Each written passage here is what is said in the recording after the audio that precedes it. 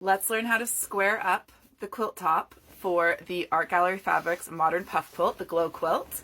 So we have our quilt top all nicely made and it's been ironed. I mean, I've wrinkled mine quite a bit now, but yours should be nicely ironed.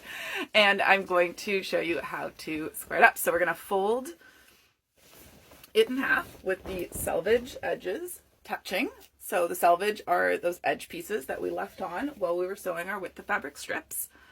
So I'm making sure that I have that nicely folded, really paying attention to this corner and this corner, and making sure those are nicely matched. And then I'm going to fold it one more time. And once again, just being really careful to match up the corners. And I'm paying attention to the folded edges and making sure those are nicely lined up. I'm not forcing any of the fabric.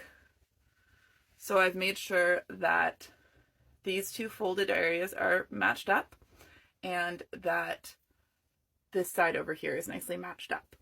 And if there's some slight overlap, you can see the purple showing through a bit there, that's fine. We're going to cut that off.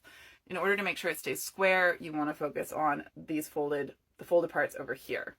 One more way to double check that your quilt top is square through this process is to look at the bottom and make sure that there are no waves. So right now there are no waves on the bottom of mine, which tells me that I have done a good job of squaring it up. And I will show you what it would look like if I were to unsquare it. So I'm just gonna put a big gap on the side here so that you can really see it. So I've got a solid 2-inch gap over there and I'm holding it like that. And you can see that the bottom doesn't lay flat. And that's a telltale sign that it's not squared, and so you just need to go back through and try refolding it. So once I have that folded and I'm feeling good about those being lined up, I'm going to lay it down on the table. Once we've laid this down on our cutting mat, we're just going to go through and just starting from the folded edge up here, we're just going to press it out gently, making sure you're not moving it around a lot. But this is just going to help make sure that when we do this next fold, that the fabric is all laying flat and there's nothing like wrinkled or folded over. So for the last fold, we're going to very carefully find those corners, those edges on the two sides there. And we're just going to fold it one more time. And the key with this fold is to be making sure that this folded edge, the edge that has all the folds on it, is nice and lined up. So you're lining up your corner to your corner there. And we're just going to grab it all one more time. And voila, we're ready to cut off our selvage edges.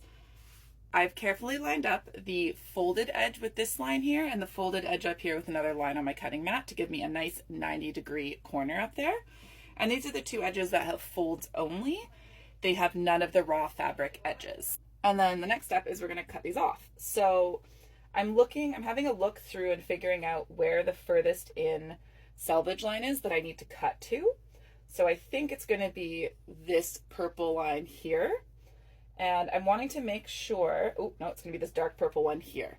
So I'm kind of eyeballing that that's about at the 3.5 mark here. So just kind of eyeball where and mark on your cutting board where you need to be cutting into. And remember that when you are doing your binding, which is the part that goes around the edge of the quilt, that is a 1/4 inch.